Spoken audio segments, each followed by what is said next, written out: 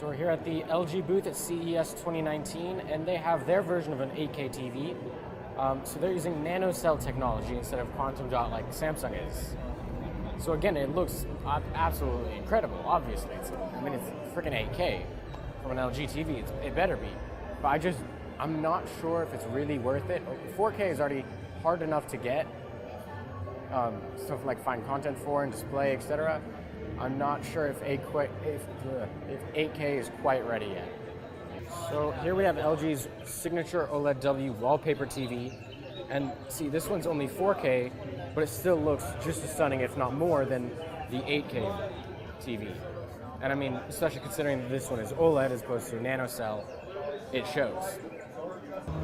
So here we have the LG signature OLED TV R. So it's a rolling display. So all you have is, if I can find my finger, yeah, this little box in your living room.